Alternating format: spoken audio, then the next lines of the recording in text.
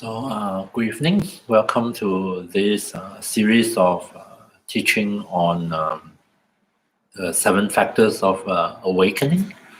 And we are now at the module on cultivating effortless mindfulness. I thought maybe I can start by just reviewing some of the materials I have covered. And then we will move on to other aspects of mindfulness. So previously we touched very briefly on mindfulness itself, given 2 different definitions. Just as a reminder, so mindfulness can be viewed as paying attention in a very specific, particular way, one that involves doing so intentionally or purposefully, and attention is placed in the present moment, in here and now, and is done so non-judgmentally. So we pay attention in the sense that we see, we listen, we attend to things without prejudgments. Alternatively, mindfulness can also be understood as a kind of bringing certain object to the foreground of our awareness. It's another way of saying paying attention. So allow certain object to come into the foreground. Of course, others will recede into the background, but in so doing, we become more aware, more attentive of whatever it is we are noticing or focusing on. And you'll find that this is more so with, more powerful with objects that we become familiar with. So we are more mindful of that. Today I thought previously we also covered the way we cultivate mindfulness. Usually we start with mindfulness of the body. The body is actually one of the more obvious aspects of our experience, and it's very beneficial to be mindfully aware of the state of our own body. It really helps to connect our mind and body through mindfulness. And last week I touched on mindfulness of feelings. Feelings here refer to experiences of pleasure, pain, or neutral experiences. So the word feeling in this context is to be mindful of pleasantness, the unpleasantness of whatever it is we are experiencing or we are noticing. And I talk about how important it is to be mindful of pleasant experiences, mindful of pleasant feelings, especially the pleasant feelings that come out of meditation itself, meditative practice itself. That kind of pleasant feelings, pleasant experiences have an added benefit that they are very reassuring. They reassured our body, reassured our mind that everything is all right here and now. For the body to feel comfortable, pleasant sensations in the context of meditation is a very reassuring thing. Oh, my posture is okay. I'm able to physically settle down, and this really helps to promote even deeper physical relaxation, the physical release of all those unnecessary contractions and tension and tightenings. So it's something very beneficial for the body. And likewise, noticing pleasant feelings in our meditation reassures the mind. Really helps to calm the mind down, helps the mind to be less anxious. Of course, not totally calm, not perfectly without any anxiety or agitation, but it has gone a long way to influence the mind, helps the mind to release some of those that worry, some of that anxiety. You'll find that the more we are able to be mindfully aware of whatever pleasant feelings that arise within meditation, let's say, the mind also starts to slow down. Less of that ruminating thoughts, less of that agitation or restlessness, and more likely than not, you find that the mind is actually calming down. Things are slowing down. We are actually enjoying our meditative experiences. So there are great benefits of noticing this type of pleasant feelings in this context. In fact, we did a meditation previously on the mindful of the happiness of contentment, in what I call the good enough meditation. This really will help to promote a sense of awareness that we don't need to always be struggling, always striving, and we don't have to forever postpone happiness or pleasure into the future. Right in this moment, here and now, in our mindfulness meditation, just by simply changing our mindset, our frame of reference, our perspective, we can find, in this moment, a very subtle and peaceful form of happiness or pleasant experiences, one of contentment, one of saying, oh yes, this is good enough for now. And we feel this sense of relief. I don't have to strive. I mean, we can always improve things, but in this moment, we can relax and settle back and enjoy what is here. It's a bit like someone taught me who is some really who love gardening. And of course, if you ever went out into the garden, there's always something that needs attending to. Yeah. But hopefully you would be able to find some time also to be able to sit down in your garden, especially on a nice day, not with the cold wind blowing, have a nice cup of tea, and just enjoy being in the garden. After all those hard work, weeding and maintaining and planting and so on, that you will also have occasions to settle back and to enjoy what is here, to allow in that pleasant experiences, to be in a beautiful garden and to enjoy and to feel that sense of contentment nonetheless. So there are occasions to work hard and there are occasions to settle back, relax, and enjoy and be contented. So mindfulness of pleasant feelings, that's what we touched on previously. So today I thought, before we move on to other aspects of mindfulness, might be good to talk about mindfulness in relation to painful feelings, unpleasant experiences. How can mindfulness be of any help or benefit in those occasions, which can be, especially in the case of chronic pain, can be great suffering. So mindfulness can indeed help us with unpleasant experiences, be acute or chronic or long-term. There's something we can do through cultivating mindfulness that can be of benefit or to support us in such difficult circumstances. So mindfulness, and maybe apply mindfulness in the context of experiencing pain or unpleasant feelings, I see it as the way to manage those the pain in that context is to help us manage our reactions to pain. Of course, purely through mindfulness, there are many occasions we cannot get rid of the pain. The pain arises, be it physical pain or emotional pain, due to certain causes and conditions. So in those cases, we need to address the actual source of that pain, the actual causes and conditions that give rise to the pain, and some of which are, of course, biological, physical, some are emotional, and may not be so easy to put an end to the pain or to dispel the pain. But over and above what I will call the primary source of pain, there is also another, which is another source of suffering in relation to pain, which is our reaction to the pain. Sometimes I call it secondary reaction to the pain. There are the physical aspect, which is usually already we feel pain, and then to compensate for it or to try to reduce its intensity, or this feeling that we need to do something about that pain, we tend to tense up, we tend to contract.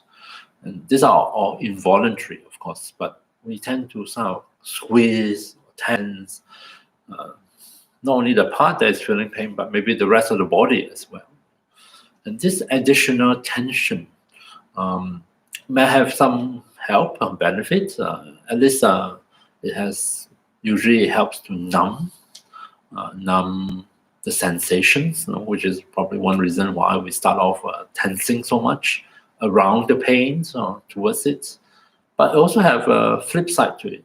This additional tension, tightening, contractions are themselves highly unpleasant, and sometimes they actually aggravate the situations. So this kind of physical reactivities, over and above the original pain, can be a source in itself, a source of suffering.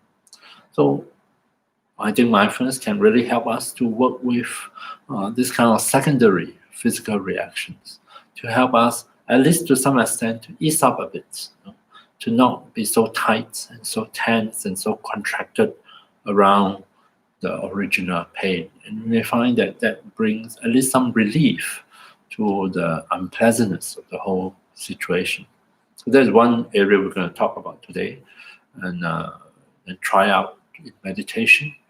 The other aspect, of course, is the mental reaction to pain.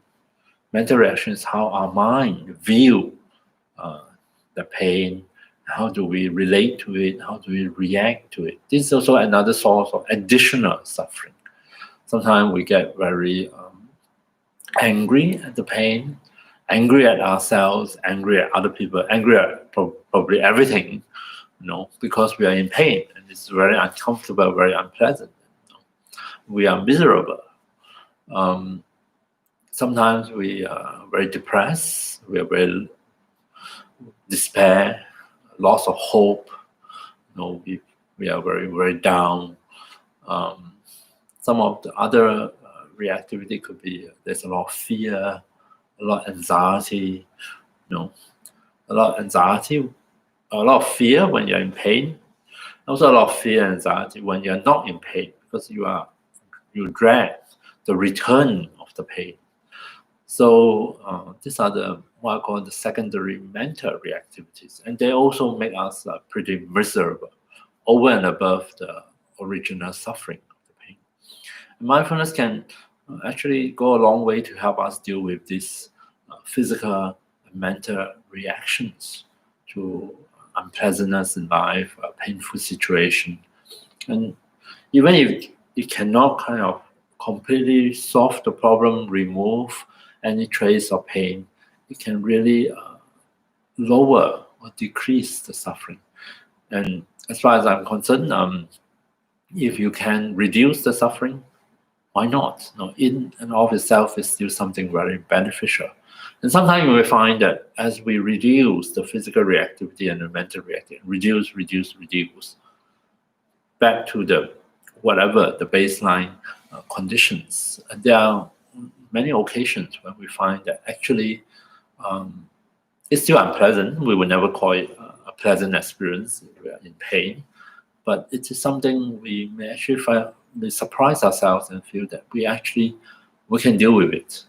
We can deal with that original experience of pain if we are somehow able to release ourselves from all the involuntary kind of habituated reactions to it.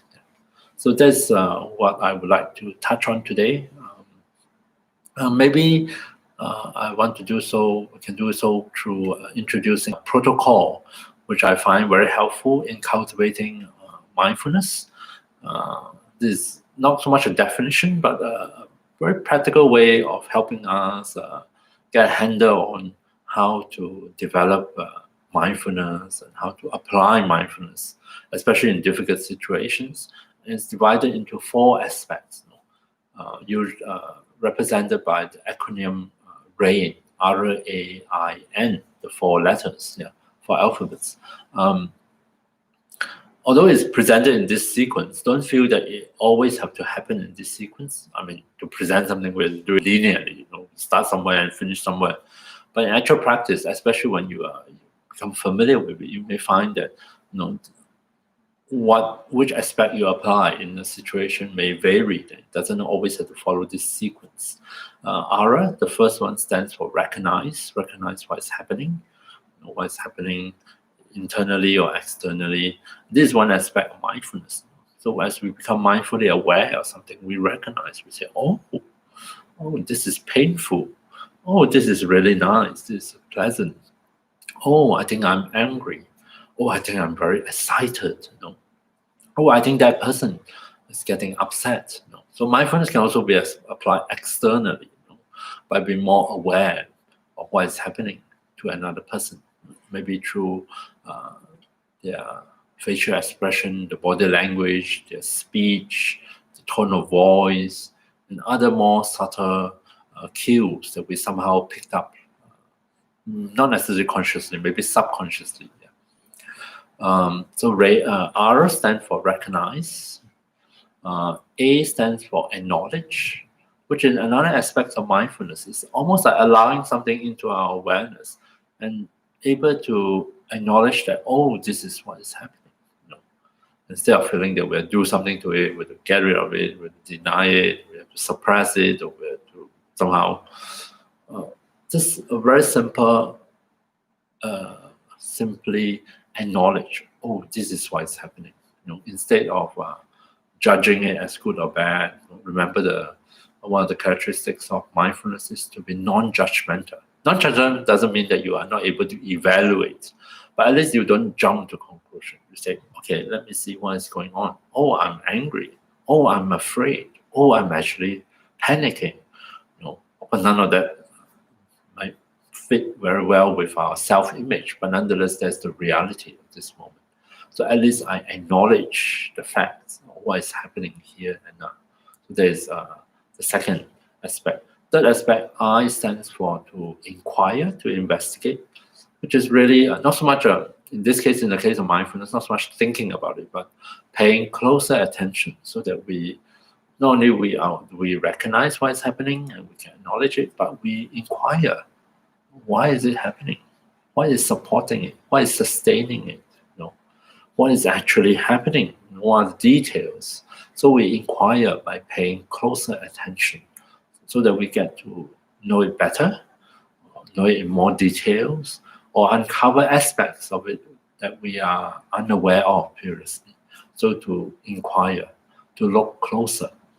And the last one, N, stands for to nurture, which is another aspect of mindfulness. Mindfulness, through the use of the energy of attention, is very nurturing in the sense that by giving attention to something, we give it energy, we sustain it, we grow it, we escalate it, so to speak. Yeah. So, and likewise, of course, we withdraw attention from something, we are letting it go, we're letting it drop, we are not attending to it. Yeah. So, mindfulness also has this aspect of nurturing, growing, enhancing, reinforcing certain aspects of our experience. So let's start with maybe with recognition. We start with the simple one, just recognizing what is going on in our experience, especially in the face of pain, in the face of physical pain or mental pain or heart pain or emotional pain. Just the act of recognizing can in itself be very helpful. Because sometimes we are more in a hurry to deny something, and the fact that we are able to recognize can go a long way, to help us deal with the situation. All right, so we can recognize first of all in this first meditation, most probably what we would notice are physical things. Yeah. Physical experiences of comfort or discomfort, of tension or relaxation. And we can recognize it. We can recognize, oh, this part of the body feels tight and tense. That part of the body feels soft, at ease, relaxed. So we simply recognize it, allowing that sensation to come into awareness and recognize it. And maybe in this meditation, we will, I hope not, but nonetheless, sometimes we encounter unpleasant feelings. Then the first thing we can do is to just recognize it. Oh, that doesn't feel very nice. This is actually quite uncomfortable, quite painful. Just to recognize it in itself can be very beneficial. And so I'm going to invite you in this first meditation to return the attention to the body, and to be aware of the sensations in the different parts of the body. Of course, since we're on the mindfulness of feeling, to especially pay attention to the feeling aspect of that experience, the feeling tone, whether this experience come across as pleasant or unpleasant. And more likely, a lot of it will be neither pleasant nor unpleasant, the neutral one. For example, noticing sensations at your elbow, which is like, you know, just something is happening there. But you wouldn't say it's pleasant, you wouldn't say it's unpleasant. There is some kind of sensations. Yeah. So that is the third category of so-called neutral feelings. Yeah. So we just recognize it and say, all right, this what is happening here. Let's move on. No. And then on occasions, you may find that actually you come across certain parts of your body feels pretty nice, pretty relaxed, interesting sensation, maybe some tingling sensation here and there. Well, interesting, not terribly spectacular, but nonetheless still kind of nice. And of course, maybe you find certain parts of the body feeling quite uncomfortable, feeling even painful, maybe. See whether we can just be aware of it, be mindful of it, and allow it to come into awareness. And you might want to even label it if you like. Oh, this is actually uncomfortable. This is actually painful or even distressing. So that act of recognizing it's almost like be honest with ourselves. And by allowing it to come into awareness, by connecting our attention with the body and becoming aware of our actual experiences, you may find that in and of itself, this helps to initiate change. It may not be so obvious at first, but change might be happening. So much so that as we proceed from crown to feet, maybe further down the track in the meditation, what used to feel at the beginning tight and tense, hey, who knows? The body might decide that, all right, maybe I don't need to be so tight. I don't need to be so tense. Nothing's happening here. I'm perfectly fine. And a certain degree of release happening. You may experience the relief from the painful sensations, from the unpleasantness, the discomfort. Also recognize that. Say, oh, something has changed. Recognize the change. Recognize that now it feels so much better, so much more at ease, more relaxed, more comfortable. Recognition is the first thing that we do in this meditation. And hopefully with recognition, we can promote the process of release, physical release of tension, maybe mental release of agitation, of thoughts. And that all starts from the simple act of paying attention and recognizing what's happening. So let's do a meditation on that, and I invite you to find a suitable meditation posture to practice mindfulness in, one that feels stable, supportive, and comfortable. And while you settle yourself into, it can be in a sitting posture or sitting on a chair, sitting on the floor, or as I often mention, you can lie down in the supine position, lie on your back. You can lie on the floor, lie on your lounge, on your bed, whichever surface is solid, firm, and provide a good support. And settle your body into that meditation posture.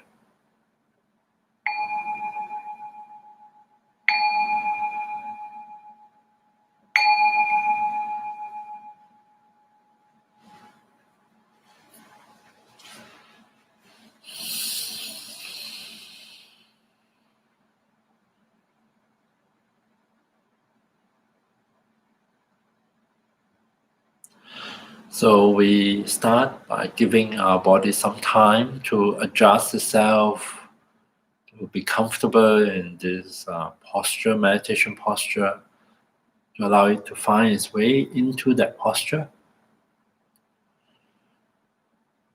I often find it helpful to start by noticing and recognizing sensations at the different points of contact between the body and the seat, the body and the ground in this posture.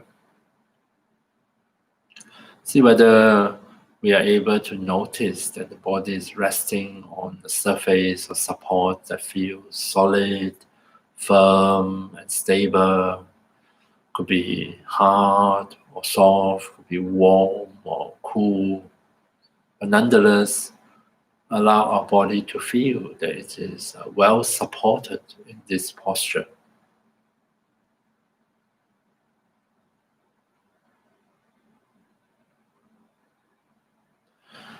And hopefully, by doing so, we reassure the body and help to initiate a natural process whereby the body can start to loosen up a bit and start to unwind and start to let go of some of the stress reactions in the form of tightening, tensions, and holdings. Maybe some of that may come undone,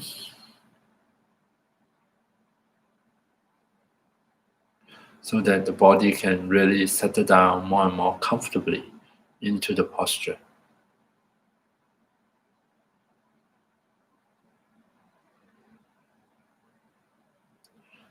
And next, as a way to help body and mind to really settle more and more into the meditation, I'm going to invite you to return your attention to your own body, to the different parts of the body, to attend and to be aware of the sensations at those different parts of the body. And see if we can, in so doing, practice recognition, the recognition aspect of mindfulness, such that we recognize tension as tension, relaxation as relaxation, recognize tingling as tingling, itching as itching, recognize hardness as hardness, softness as softness, warmth as warmth, coolness as coolness, and probably also recognize thoughts as a thought, the thinking process as thinking. So let's start from the crown, and I'll guide you through the whole body. Feel free to ignore what I'm saying if it's not helpful. Just think that what I'm saying, what I'm suggesting, or recommending, or reminding you are just some kind of support to help you to return your attention to your own body and mind, to help to return your attention to here and now, and to reconnect with what is happening in your own experience, to help you to recognize what it is, and in so doing, enhance mindfulness. So starting at the crown, see if we can allow into our awareness what sort of sensations we may find at the crown, at the topmost part of our body.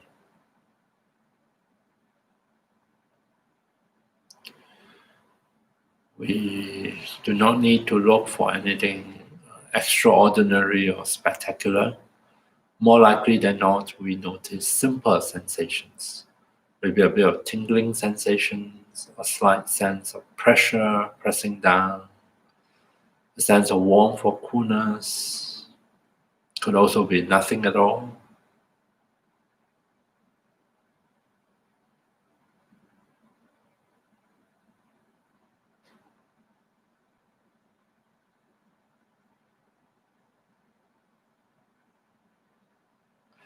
And then we allow attention to flow from the crown downwards, first towards the face, so that we are aware of sensations at the face, at the forehead, at the rest of the face. See if you can recognize tension as tension here at the face. Are you tensing up any of the muscles of your face? How about the muscles of your forehead? Or muscles of your jaw? Or the muscles around the eyes?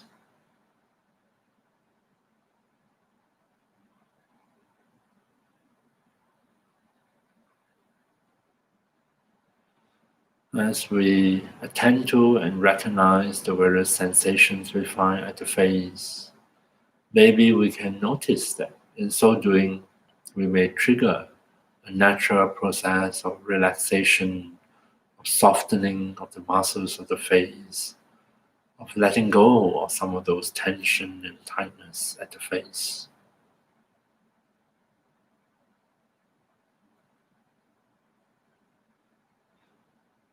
So also become aware of sensations in the rest of the head, the sides of the head, the back of the head. Without much effort, simply allow those simple sensations to come into awareness.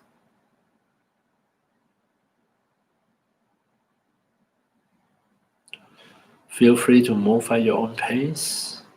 You don't have to follow my pacing. And now I attend to the sensations at the neck, at the throat. Without much effort, without trying hard, simply allow any sensations at this part of the body to come into awareness and see if we can recognize them or even to name them.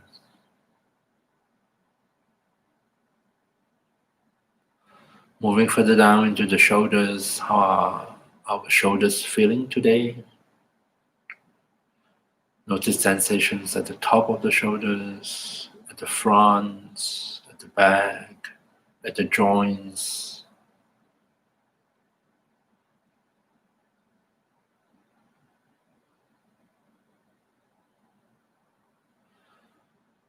Coming back here now, attending to sensations at the shoulders, see if we can recognize those sensations. Quite often, a lot of us store tension and tightness at the shoulders. The muscles of the shoulders are tense and tight, and maybe feeling quite uncomfortable. And see if we can recognize them with the power of mindfulness.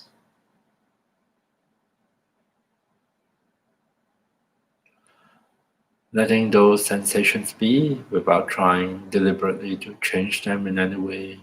We allow attention to travel down both arms at the same time, noticing as we go the different sensations from the shoulder joints down the upper arms. Maybe we can notice sensations not only at the skin level, sensations also at the muscles or bones or joints.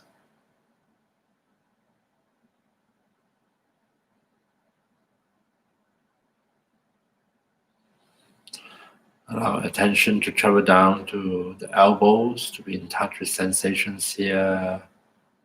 Just recognize, notice very subtle sensations, maybe at the elbows. And continue down into the forearms, eventually arriving at both hands, so that we take notice sensations in the palms, the back of the hands, the fingers.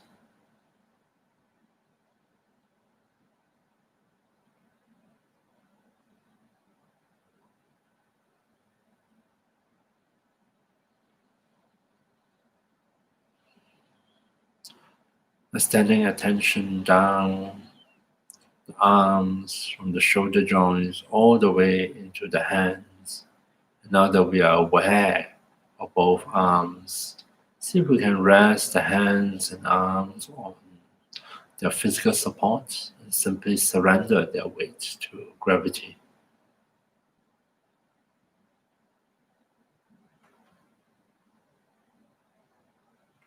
Returning our attention to the body, this time at the chest, not to be alarmed if we find that attention tend to wander off, maybe sliding towards sleep due to drowsiness, wander off to thoughts or other concerns. Simply invite our attention to come back, reconnect with the body, be mindful of the sensations, and start again. Notice sensations at the chest, not only the front, but also the back, not only the outside, but also the inside.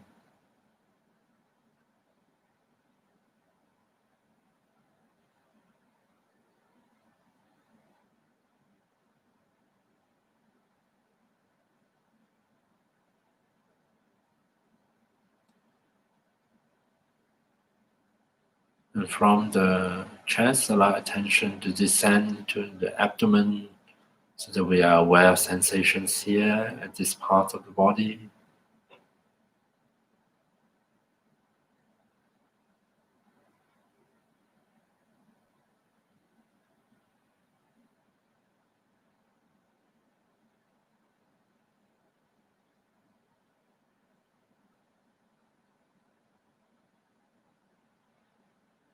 From the abdomen, allow attention to descend into the pelvis so that we are aware of sensations here, taking note of the various sensations.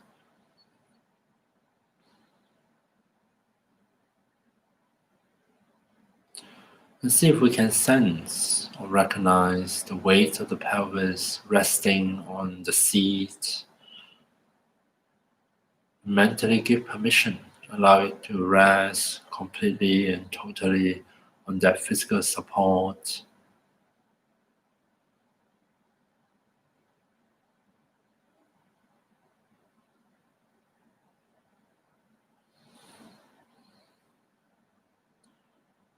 And from the pelvis, allow attention to descend down both legs, moving at our own pace.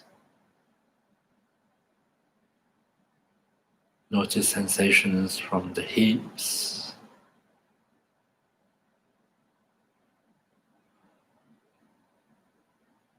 down the upper legs towards the knees,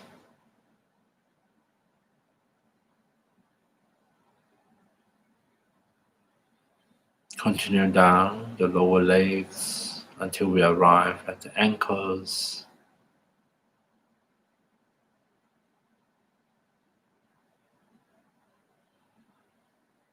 And then continue down into the feet so that we are aware of sensations coming through the soles of the feet, the top of the feet, sensations at the toes.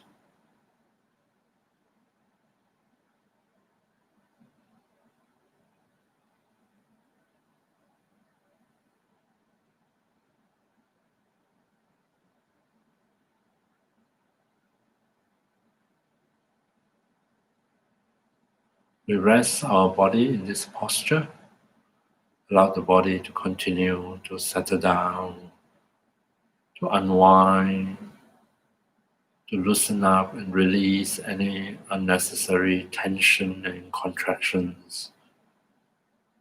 We rest our mind, our attention with the body, here and now, noticing as we go, recognizing as we go, the different sensations arising at the different parts of the body, recognizing tension, recognizing relaxation, recognize unpleasant feelings as well as pleasant feelings, and also neutral feelings.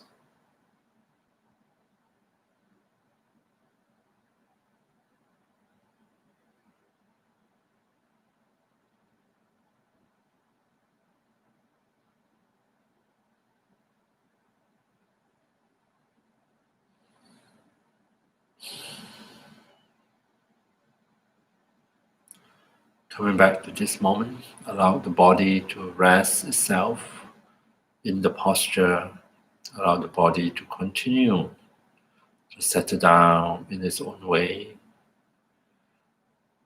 Return our attention here and now to different bodily sensations or whatever it is that come into our awareness.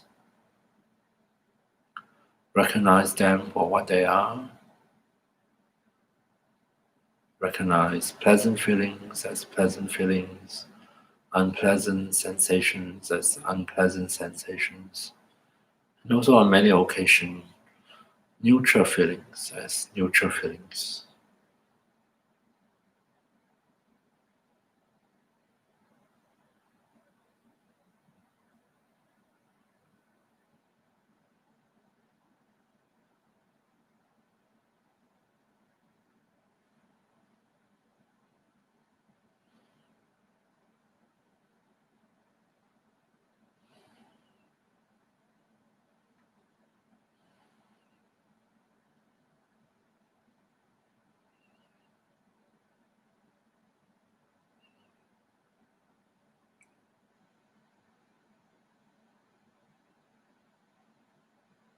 Coming back here now, becoming aware, recognizing both bodily and mental experiences.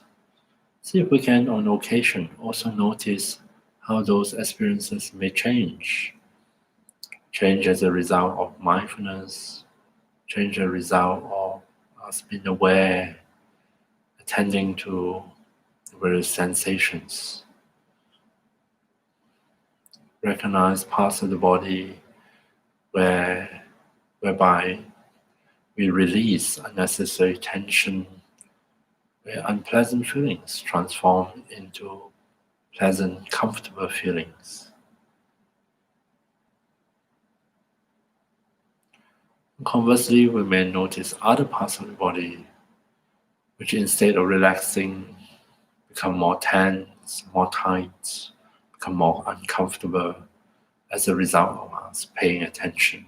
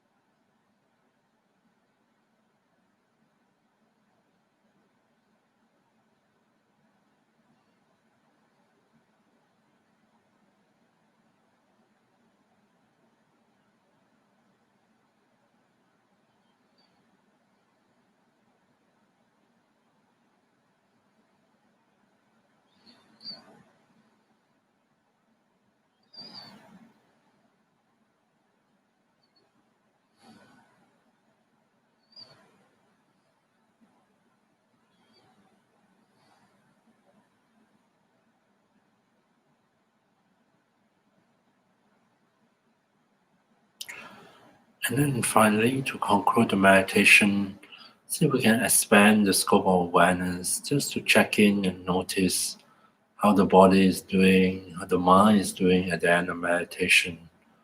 Highlight any changes to oneself, highlight positive changes if possible, but also recognize any negative changes. Recognize parts of the body that might become tighter, more tense, more uncomfortable. Recognize agitation of the mind or sleepiness of the mind if they arise within your meditation.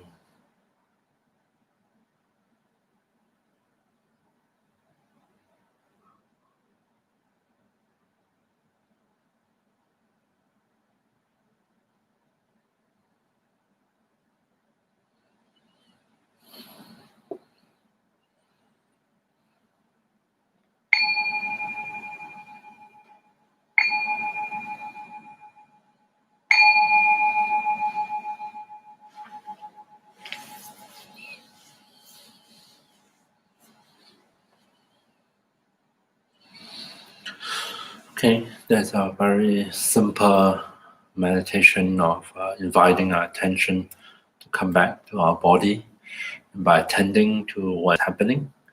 Um, First physically, but of course we also will start to notice mentally what's going on, what's actually happening with us in this moment.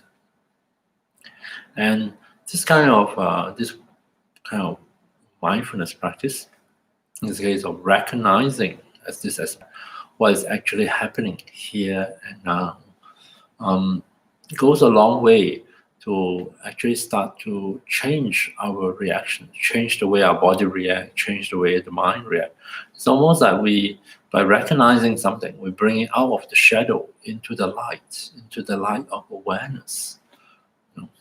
So, for example, just a very simple example, we may be busy working, and suddenly we recognize that, oh, I'm feeling very hungry. That sense of hunger, the sensations come into awareness, and we recognize it. This is hunger. Immediately, that recognition set off a change, change in the mind, change in the consideration. And whether you like it or not, there will be thoughts starts to pop up into the mind, say, oh, maybe I should stop for lunch or stop for dinner or whatever. Maybe I should go and grab a snack or replenish my tea. There's all this kind of change happen because of recognition. In this case, becoming aware of something that is actually happening here and now. So likewise, becoming aware of physical tension. Of course, it doesn't immediately change it, but it triggers some change. And if you are done skillfully, you may find that just maybe noticing how tight and tense, let's say, the shoulders are. And as we continue this scanning process, maybe not immediately, but several minutes later, when my attention arrives at the feet, something changed in my shoulder. The body responds in its own way.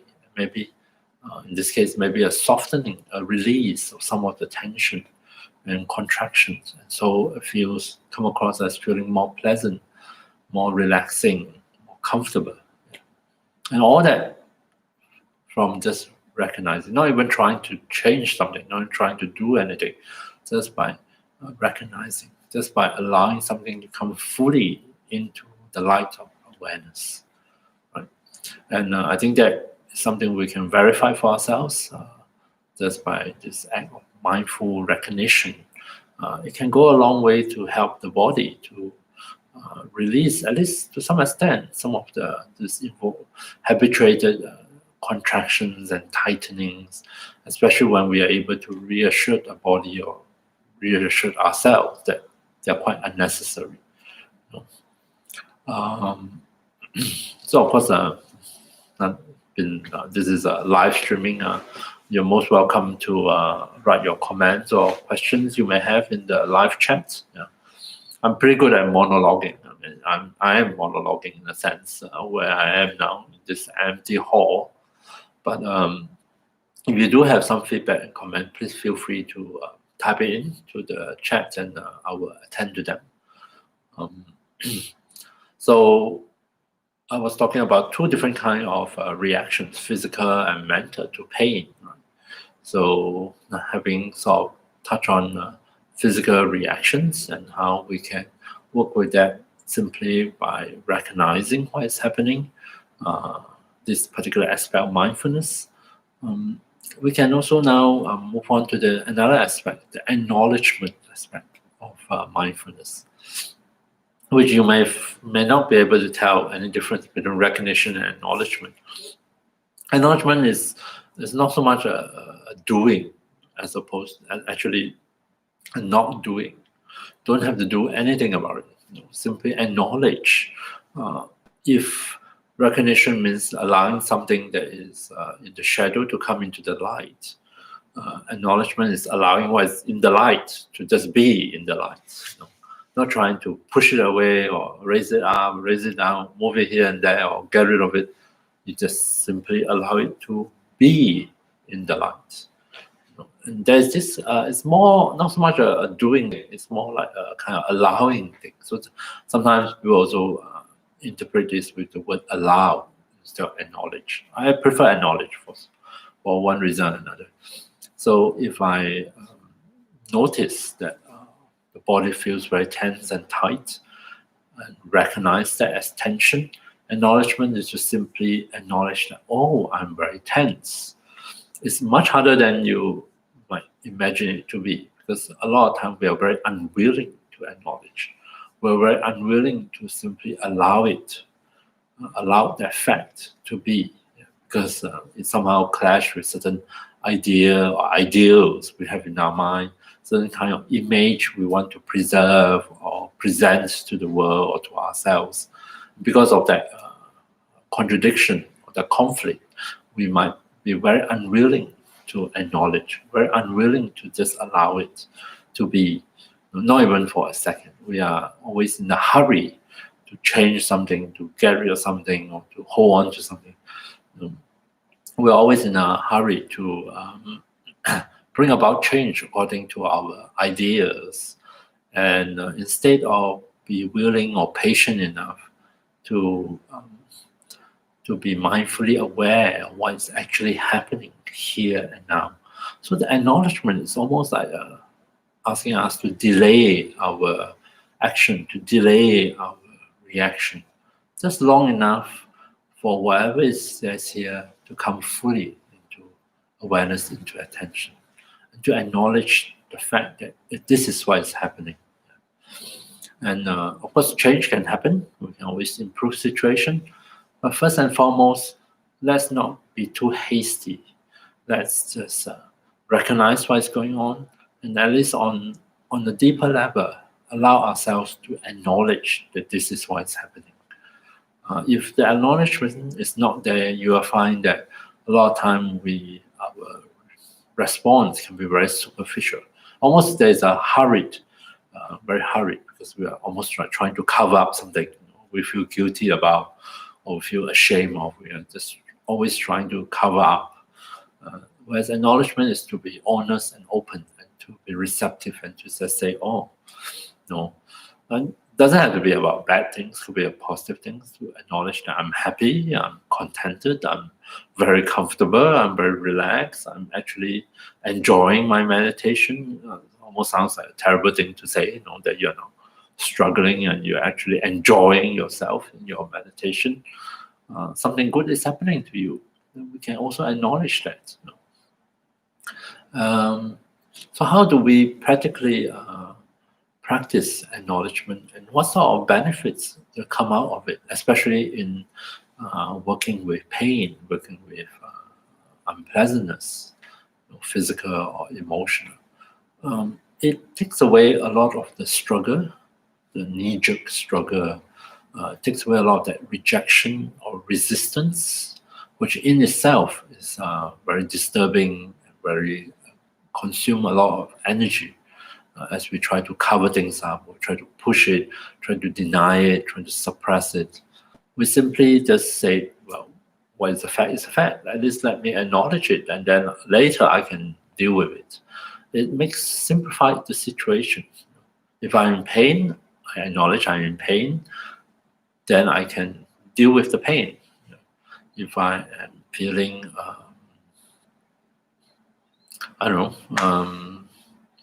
feeling regrets, then I acknowledge the regrets. If I feel guilty, I acknowledge the guilty. If I'm experiencing grief, I acknowledge the grief. I see this as a great simplifier. It simplifies our situation. It reduces things back to the fact, and so that we just have to deal with the fact. We don't have to deal with all the other extra things that our mind tends to project onto it and tends to elaborate on it. We can tell a mighty turn something really very minor into into a drama, and then we feel that, oh, I can't deal with that drama. Actually, we can just let that drama go and just acknowledge the basic fact of what is happening here and now. Practically, what we can do as a technique in meditation and also in daily life, I find labeling quite helpful. Labeling can help with recognition, but also can help with acknowledgement. To label and say, oh, I am anxious, which is a funny thing to say, or I'm nervous. When I first started this live broadcasting, I was pretty nervous because be new, not knowing what to expect and how I would sound or how I would respond, especially when I don't get anything. There's no audience. No, it's just me staring at the camera and the screen and just talking on and on and on. Not knowing what to expect, then I can notice, I recognize that I feel nervous. And those physical sensations, maybe also in my tone of voice and what's going on in my mind. And recognizing it, I can also acknowledge it. Oh, I'm nervous. Maybe the speech doesn't flow smoothly. Maybe I keep finding myself repeating things again and again. And I feel tension and contractions and butterflies in the stomach. So I recognize that. And more importantly, I can acknowledge it and say, oh, I'm nervous. I'm anxious. And I can do it meditatively. I can use a label, or this anxiety, or this nervousness, or whatever, however you want to use it. Sometimes I also find it helpful, especially in giving a talk, to just say, oh, no, bear with me as I warm up. I feel quite nervous. So when you acknowledge it out in the open in this way, you are almost like collapsing the situation back to its basic facts. Whereas if you don't acknowledge it, there's a tendency for our mind to build up stories around it, and to elaborate on it, and to, as I said, turn it into a kind of drama, so to speak. And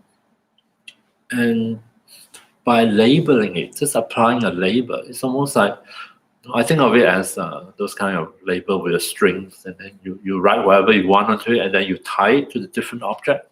Just label it. Just try to be accurate in what your description is, and then very gently tie the strings around. Almost like the object is very delicate and fragile, and just want to label it. This is the old school, right? These days you just stick a post-it note onto it or whatever. But this idea of taking one of those paper labels, write a description or a single word to describe what it is, and then with a string, very gently tie the label to the object, to the experience, as a way of simply identifying it. And in so doing, the fact of taking time to do that, it may not take a long time in practice, is also a way of acknowledging that this is what I'm facing, or this is what is happening to me, this is what is going on in this moment. Really take away a lot of our very habituated kind of reactions, which tends to build up. The Buddha has a word for this. It's called proliferation or elaboration. It's almost like left to our own device. We start to tell stories, and the more we tell the stories, it gets more and more grand and more dramatic, and starts to have more details, and it sort of has a life of its own. But in reality, this story is not what is actually happening here and now. Right? And so by acknowledging it, it deflates the story. It brings it back down to ground level, to the facts. And we suddenly might realize that actually, as it is, I can deal with it. It's unpleasant. It's not what I wanted, but it's not the end of the world. I'm nervous. All right, I can acknowledge that. I can actually live with it. I can see why I'm nervous. I think that I would rather not be nervous, but nonetheless, I'm nervous. And from past experience, I most probably will survive this live broadcast, so to speak. It's not the end of the world, and I will do it, and then forget about it and get on with my life. And that act of acknowledgement greatly decreased my suffering, because otherwise I might just get more and more nervous, more and more anxious, and get more and more agitated, and the thought starts to spin off on its own, and then the body also reacts, get more tight, or a lot more of those unpleasant sensations might increase. Yeah. So a very simple thing: acknowledge what is here. Acknowledge both the negative as well as the positive experience, as well as the neutral experience.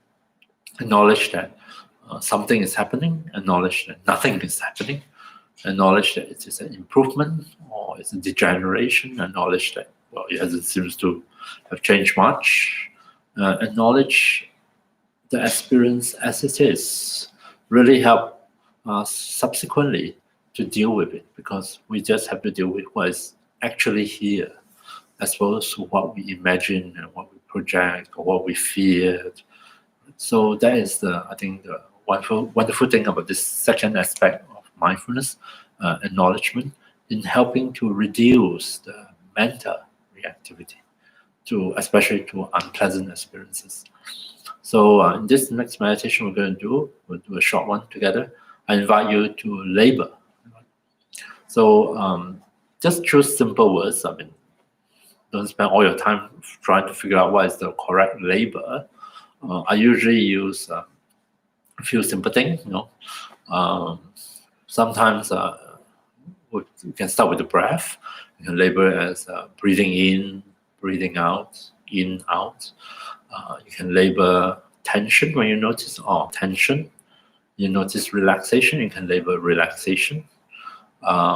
You can label if you notice you're thinking, just with the word thinking. Of course, when you get good at it, you can maybe refine the labeling, and also so that it may match closer to what is happening. So instead of just one word thinking, you might want to divide it up and say, that is remembering because it has to do with the past, that is planning because I'm planning the future, or this is a fantasy because that's what I'm doing, fantasizing, daydreaming, or I'm just commenting, or you have a critical mind, then you can actually say I'm passing judgment and judging and criticizing, or you find the mind is just chattering away, it's chattering. So you can refine your labels if you like. Usually I suggest people to start with thinking. As far as the mental reaction is concerned, just label it thinking, so that you can be aware, you can acknowledge when you are thinking about something. And then invite your attention to come back here and now, come back to the support, for example, the breath. Right? And then see what happens. Acknowledge the physical aspect of your experience, acknowledge the mental aspect, acknowledge pleasantness and unpleasantness. So you will notice certain experience, physical or mental, come across as very unpleasant, very painful or uncomfortable.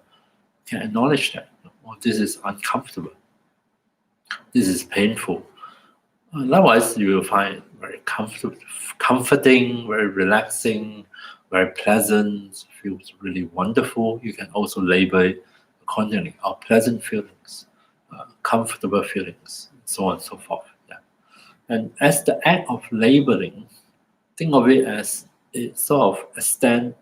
There's a slight pause there, a pause that is represented by the act of labeling and acknowledging to yourself what is happening here and now.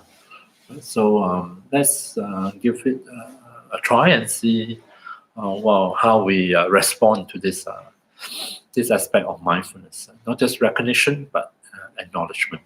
So I invite you to maybe settle back into your meditation posture, and see if you can allow your body to feel comfortable in this posture.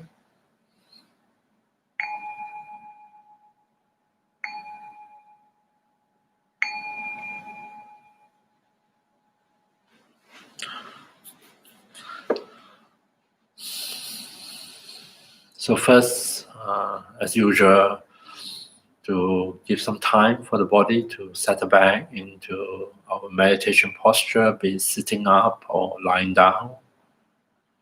Take care that the posture does not introduce unnecessary tension or pain into to your body. Rest your body in this posture. Allow the body to get used to the posture, to make whatever adjustments that is necessary.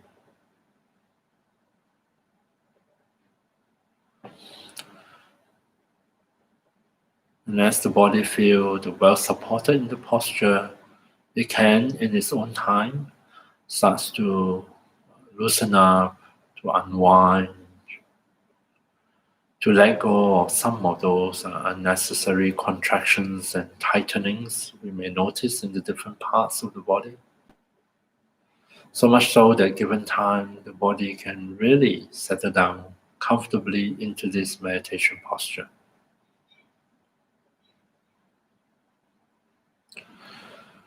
And here we are going to use the breath as a support, as a place where we can invite our attention to come back to reconnect with, as a way to come back to here and now in the present moment. So let's start by becoming aware of the breath sensations. We allow the breath sensations to come into awareness and see if we can recognize the in-breath as the in-breath and the out-breath as the out-breath.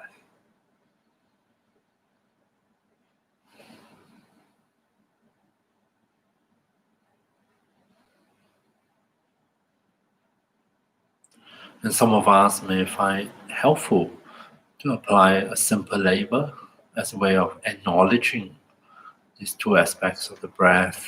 Breathing in, as we are aware of the in-breath, you might want to even label it with the word in. And breathing out, as we are aware of the sensations of the out-breath.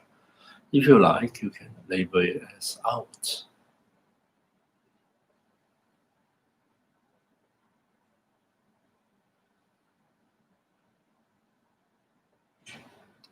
And as we have done many times in past meditations, see if you can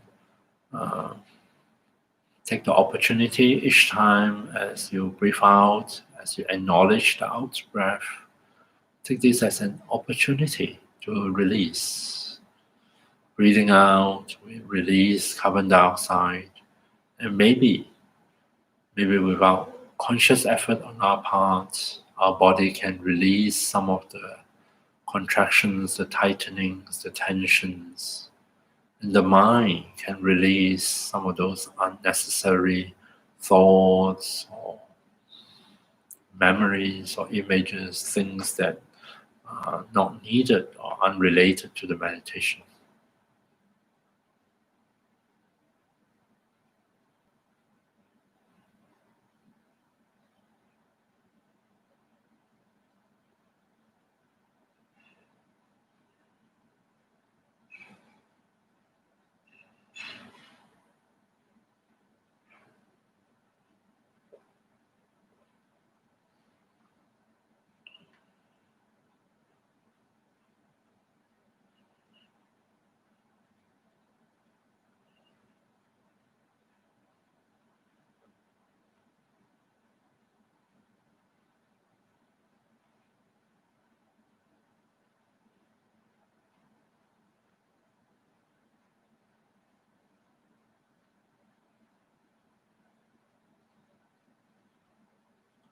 Coming back to the breath, coming back to here and now, you may find that as you settle into meditation, not only are you aware of the breath, but we are also becoming more aware of other things alongside the breath.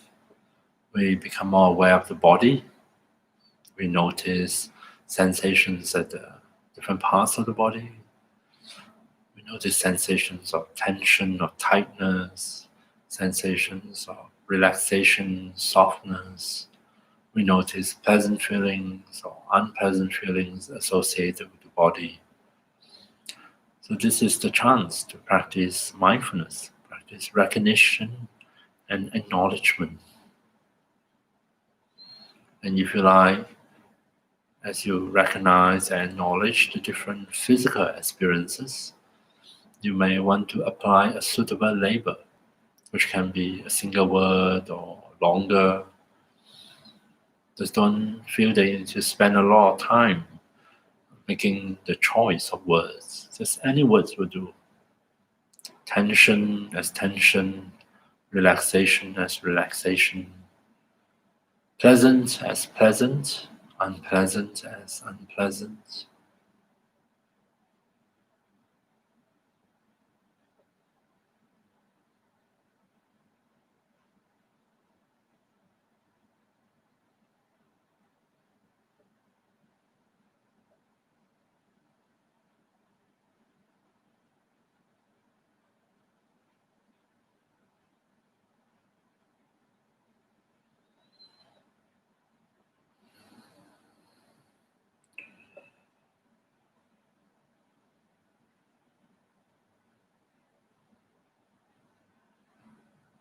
Coming back to the breath, throughout the meditation, make the breath the anchor, the support for your attention. Don't feel that you have to stay with the breath. Don't feel that you have to imprison your attention in the breath.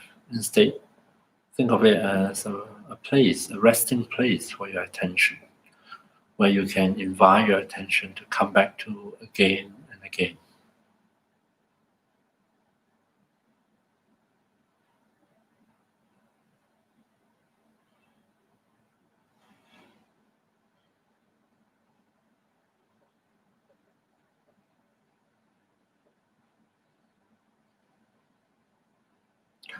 Coming back to the breath, no need to be recognize and acknowledge physical responses in the body. Maybe by now we can also notice the mental reactions, especially in the form of thinking. So alongside the breath, when we do notice attention is drawn into thinking, words or images, see if we can recognize and acknowledge such activities with the simple label such as thinking, thinking. And then simply invite attention to come back here and now, to come back to the breath.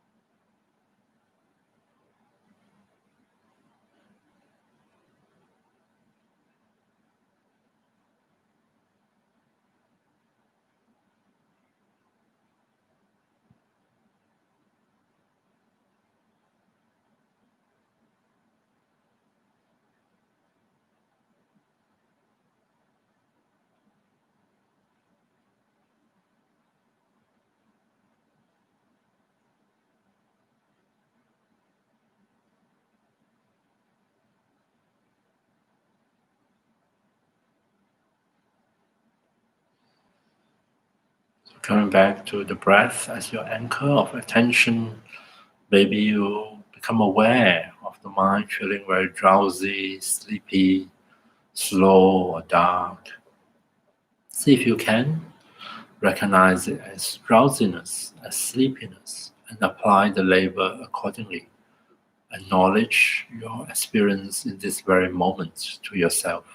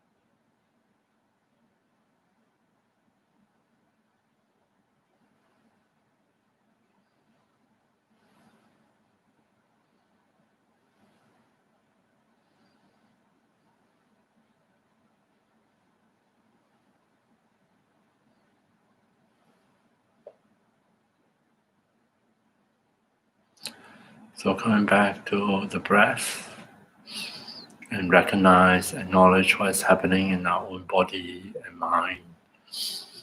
Maybe by now we may notice that the mind does not stay still, does not stay with the breath. The mind might be fairly active, involved in thinking. Could be about the past or the future, could be maintaining an ongoing inner commentary, inner judgments. And as we allow this to come into awareness, as we notice that, see if we can apply a simple label, thinking, for example. Saying the word thinking, allow it to come fully into awareness. And without feeling the need to do anything about it, apart from inviting attention to come back to the breath, to reconnect with the breath. Let's see for ourselves how the steps of recognition and acknowledgement of mindfulness may have any kind of positive effects on ourselves, on our body and mind in meditation.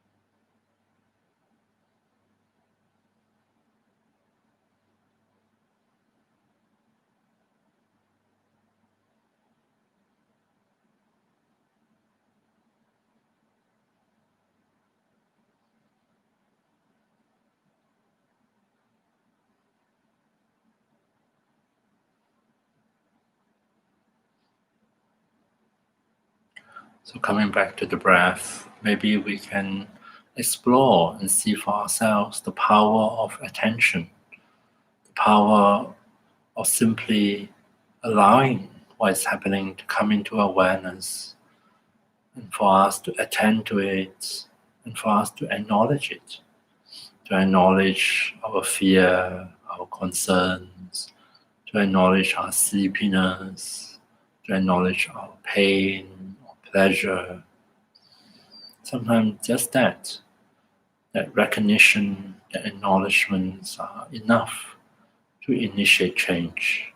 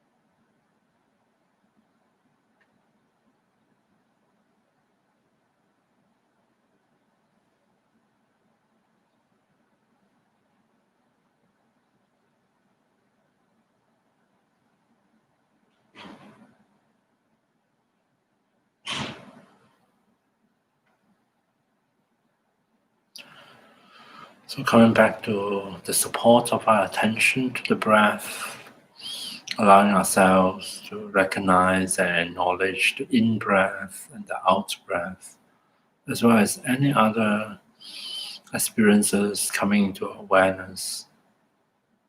Think of it as allowing something that might be hidden away from attention, hidden in the dark, hidden behind habituated reactions, allowing them to come into the light, into the sunlight of awareness. Maybe what is frozen, what is hard, can start to melt and shift and liquefy.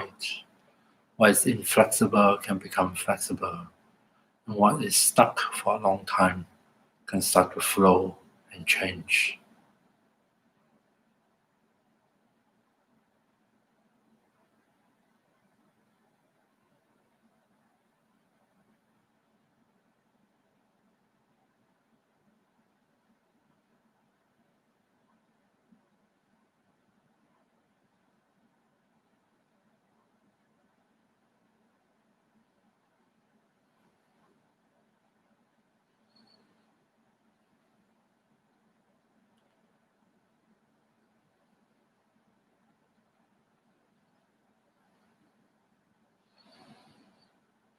And then finally, we can dedicate, gather up all the positive momentum we created in this session through meditation, through practice, through reflection, listening. We can dedicate that positive momentum towards the fulfillment of our wishes and aspirations for ourselves and others. And dedicate them, may anything good or positive that come out of this, may they stay with us, linger in body and mind to continue to benefit us.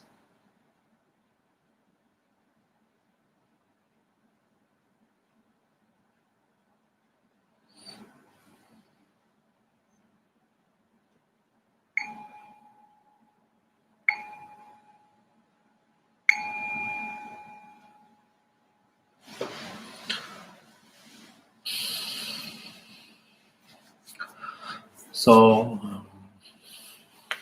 I think of this mindfulness as, you can think of mindful awareness as like the sun, like light. And act of recognizing and acknowledging is like inviting processes and experiences that may be normally ignored, suppressed, denied, especially things that we feel ashamed of and we are afraid of. We let them come out into the open, into the light of our mindful awareness, and allow the sun of that mindfulness to melt the eyes, things that are frozen and stuck, and inflexible and hardened can start to melt, and things that experiences that we think will never change, suddenly change happens all by themselves. Maybe tension that we feel will never go away starts to release. The mind, the chattering mind that we think will never stop talking, and suddenly starts to slow down and even stop completely. Or sleepiness, or drowsiness, or downness that we feel will never be rid of. Maybe for a while we were drowsy and sleepy, and then suddenly there will come a point where we're not down, not drowsy, not sleepy anymore.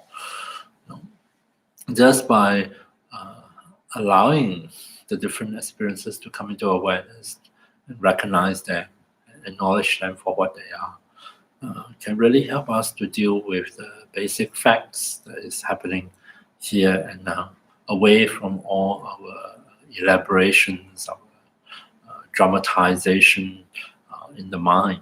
And we may find that actually even painful experiences, which are highly unpleasant, are something that we can nonetheless deal with if we are able to be mindful of them and be mindful of our physical and mental reactions to that pain. Okay, so that's all I have for this evening, and thank you very much for your attention and I wish you have a good week ahead and hope to see you next week. Thank you.